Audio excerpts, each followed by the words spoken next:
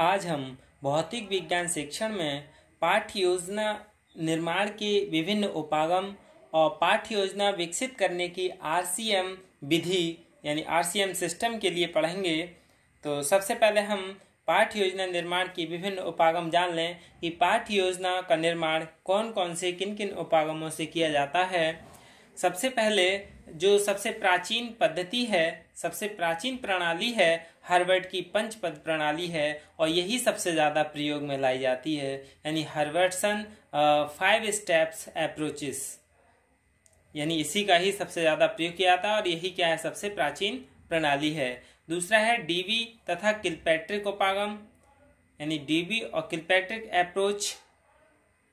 तीसरा है मॉरिसन का इकाई उपागम, यानी मॉरिसन्स यूनिट अप्रोच। और अगला है अमेरिकन उपागम, यानी अमेरिकन अप्रोच। और पांचवा है ब्रिटिश उपागम, यानी ब्रिटिश अप्रोच। और छठा है भारतीय उपागम, यानी इंडियन अप्रोच। तो सबसे ज़्यादा और अधिकतर तो हार्वर्ड की पंचपदी प्रणाली का ही प्रयोग किया जाता है। तो जो बीएड के प्रथम वर्ष भौतिक विज्ञान का सिलेबस है उसमें आरसीएम अप्रोच का विस्तार से जानेंगे। आरसीएम अप्रोच यानी जिसे हिंदी में क्षेत्रीय शिक्षा महाविद्यालय मैसूर की विधि कहा जाता है, यानी रॉबर्ट मेगर के उद्देश्यों को लिखने की विधि की सीमाओं को ध्यान में रखते हुए, यानी रॉबर्ट मेगर के जो उद्देश्य थे लिखने की विधि की जो सीमाएं थीं उनको ध्यान में रखते हुए क्षेत्रीय शिक्षा महाविद्यालय मैसूर में एक नवीन विधि का विकास किया गया। इस विधि को आरसीएम प्रणाली कहते हैं। आरसीएम यानी इसका पूरा नाम है regional college of education major system, यानी आरसीएम की फुल फॉर्म है regional college of education major systems. मेगर की विधि की में जो मेगर ने विधि बनाई थी, रॉबर्ट मेगर ने, उसमें प्रक्रिया के बजाय उत्पाद को महत्व देते थे, यानी प्रोसेस के बजाय प्रोडक्ट को महत्व देते थे। मेगर सीखने की उपलब्धियों यानी लर्निंग आउटकम्स की अधिक चर्चा करता है। इस विधि में उत्पाद के बजाय यानी प्रोडक्ट के बजाय प्रोसेस को अधिक महत्व दिया गया है। तो रॉबर्ट मेगर जो थे वो व्यवहारवादी मनोवैज्ञानिक हैं। जब व्यवहारवादी मनोवैज्ञानिक हैं तो इन्होंने अधिगम को उद्दीपन और अनुक्रिया से व्यक्त किया है। रॉबर्ट मेगर व्यवहारवादी मनोवैज्ञानिक हैं, इसीलिए इन्होंने अधिगम को उद्दीपन और अनुक्रिया से व्यक्त किया है, जबकि मानव अधिगम में मानसिक प्रक्रिया महत्वपूर्ण कार्य करती है। जो मानव अधिगम है उसमें मानसिक प्रक्रिया महत्वपूर्ण कार्य करती है। उद्दीपन तथा अनुक्रिया से सभी मानव अधिगमों को व्यक्त नहीं किया जा सकता, इसलिए इस नवीन विधि में मानसिक क्रियाओं यानी मेंटल एबिलिटीज को भी महत्व दिया जाता है। उद्देश्य को लिखने में मानसिक क्रियाओं का प्रयोग किया जाता है, यानी इस नवीन विधि में भी ब्लूम की टैक्सोनॉमी को आधार माना है। यानी ये जो रॉबर्ट मेगर की विधि है इसमें ब्लूम की टैक्सोनॉमी को आधार माना है और इसी आधार पर ही इन्होंने इसका निर्माण किया है। ज्ञानात्मक उद्देश्यों को ब्लूम ने 6 उद्देश्यों में विभाजित किया है, लेकिन इसमें 6 को 4 उद्देश्यों में परिवर्तित कर दिया। यानी ब्लूम ने जो ज्ञानात्मक, भावात्मक और क्रियात्मक 3 पक्ष दिए थे उसमें से ज्ञानात्मक पक्ष पर इन्होंने वर्गीकरण किया है और ज्ञानात्मक पक्ष के 6 पहलुओं को इन्होंने 4 पहलू बना दिए। और जो बाद के थे कौन से थे? विश्लेषण, संश्लेषण और मूल्यांकन, क्योंकि ज्ञानात्मक पक्ष कितने थे? 6 पक्ष थे।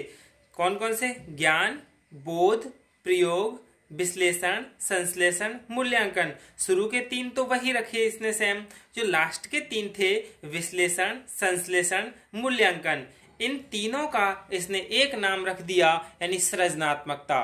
तो इसके कितने पहलू हो गए? 4 पक्ष हो गए, 4 यानी बिंदु हो गए। इन चारों पर 4 ही उद्देश्य हो गए, ज्ञान, बोध, प्रयोग और सृजनात्मकता। सृजनात्मकता में कौन कौन सी चीज हैं? विश्लेषण, संश्लेषण और मूल्यांकन। इन चारों उद्देश्यों का मानसिक क्रियाओं के रूप में 17 भागों में वर्गीकरण किया है। इस प्रकार मानव अधिगम की सभी क्रियाओं तथा उद्देश्यों को 17 मानसिक योग्यताओं द्वारा यानी मेंटल एबिलिटीज द्वारा प्रस्तुत किया जा सकता है। इन्हीं मानसिक क्रियाओं को ज्ञानात्मक, भावात्मक, क्रियात्मक पक्ष के उद्देश्यों को व्यवहारिक रूप में लिखने में प्रयुक्त किया जाता है, जबकि मेगर की विधि की क्रियात्मक उद्देश्यों को लिखने में प्रयोग नहीं कर सकते। ब्लूम के वर्गों तथा इस विधि के उद्देश्यों और उनकी मानसिक योग्यताओं का विवरण हम जान लेते हैं। यानी RCEM क्षेत्रीय शिक्षा मैसूर के अनुसार उद्देश्यों का क्या वर्गीकरण है। क्षेत्रीय शिक्षा मैसूर के अनुसार उद्देश्यों का वर्गीकरण यानी classification of objectives according to the RCEM system, यानी ब्लूम के जो उद्देश्य थे ज्ञान, और RCEM के प्रणाली के अनुसार ज्ञान यानी यही नाम दिया। इसने मानसिक योग्यताएं इस ज्ञान में कितनी दी थी? 2। पहली यानी इसने 17 मानसिक योग्यताएं दी थी, मेंटल एबिलिटीज। तो ज्ञान में इन्होंने ज्ञान ही नाम रखा RCEM ने, ब्लूम से जो लिया था उद्देश्य। इसके 2 दिए थे, प्रत्यास्मरण करना यानी रिकॉल करना, और अभिज्ञान करना यानी रिकॉग्नाइजेशन करना। तो इसमें ज्ञान में क्या किया जाता है? रिकॉल किया जाता है, जो पूर्व ज्ञान है उसके लिए जागृत किया जाता है, और अभिज्ञान यानी रिकॉग्नाइज किया जाता है और उन्हें ज्ञान दिया जाता है।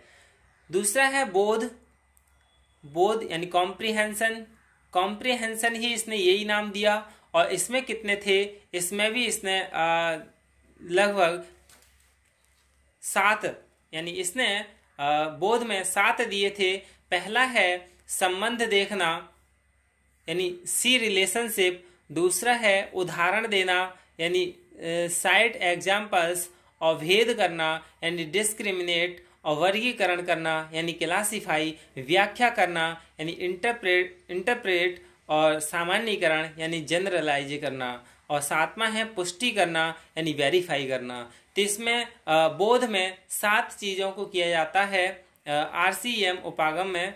और इसके बाद अगला है प्रयोग। तीसरा है प्रयोग, और इन्होंने प्रयोग ही नाम दिया, एप्लीकेशन। इसमें कितने थे? इसमें भी इन्होंने 5 दिए हैं। और 5 कौन कौन से हैं? पहला है तर्क करना यानी रीजन। दूसरा है परिकल्पना का प्रतिपादन करना यानी फॉर्मुलेट हाइपोथेसिस, और परिकल्पना की स्थापना करना यानी एस्टैब्लिश हाइपोथेसिस।